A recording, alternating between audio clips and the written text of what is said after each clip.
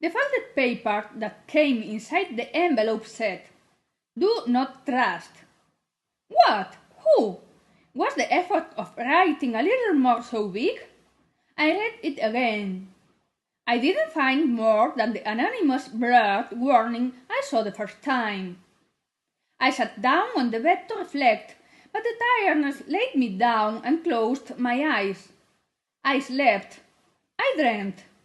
I dreamt I was on a stone house threshing floor with people that I felt of my family. There was a lake next to us. Suddenly, out of the clouds that idyllically splashed the blue sky, came a helicopter that approached us making an appalling racket.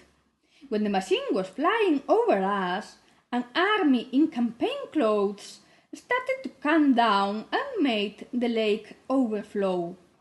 I got up to open the doors, the one of the threshing floor and the main one, to let the water run free, not to pull the walls down.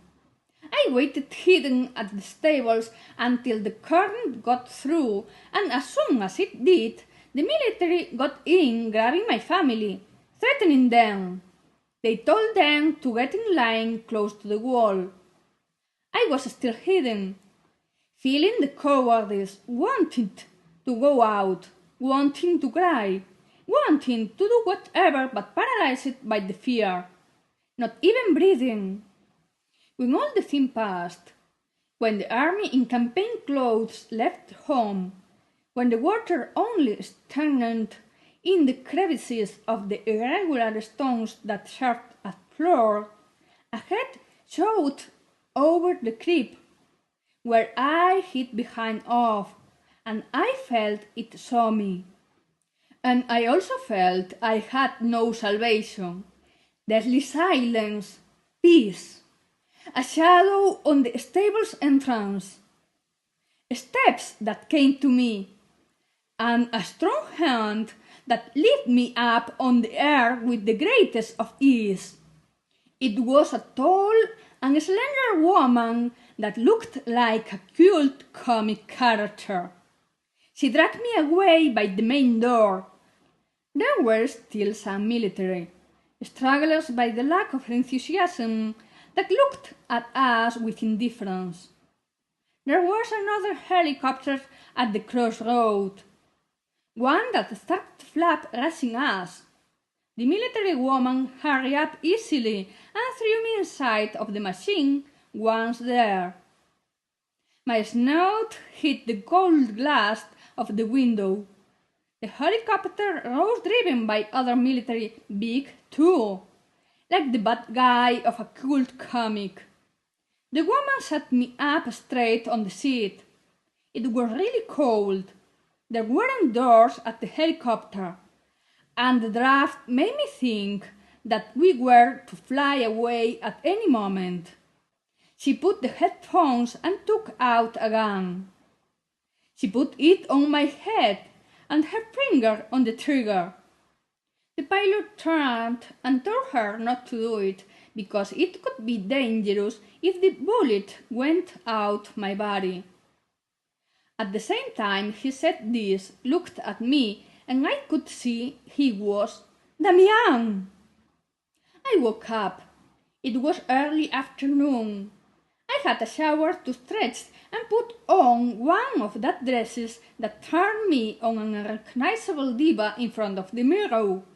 The funny reflection on the mirror made me forget the dream. "Rita, open the door!" Damian shouted from his side of the door. I got scared.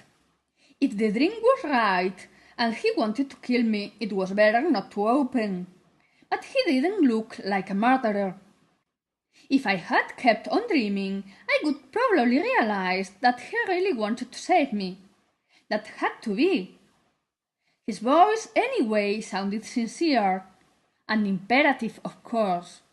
"Rita, open the door now!" he said again. I opened it, just to see what he wanted so urgently. "What's up?" I asked, with maternal patience. "Why did you close the door?" he asked in answer. Not to let you come in, I replied. It was obvious. He also should think the same because he didn't make any comments about it. The resistance is coming, he said alarmed.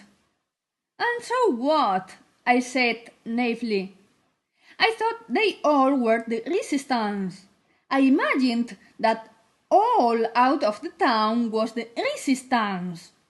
Then I thought carefully, and I reached the conclusion that it was a nonsense. There had to be much world, and it was too complicated that the dissident people got to repopulate it all. And I am a yellow wart, he said nervously. Nervous he was, nervous I was. I thought he wasn't anymore. I started to think that maybe the dream was on the right track. Please, he begged, taking me by the arms. Please, they know your room number.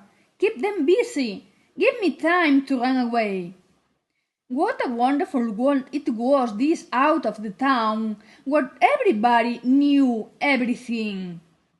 I'll do my best, I said. And you'd better hurry up. I'm not sure I can keep them busy too much time. He said goodbye with a cold, tried it hard, and closed the door. I went to the window to wait for the resistance, that so fierce they should be that made the yellow wart run away. And why do I have to stay here waiting and this guy runs away? I thought in loud when I realized that if they were so dangerous, I maybe was taking things too easy.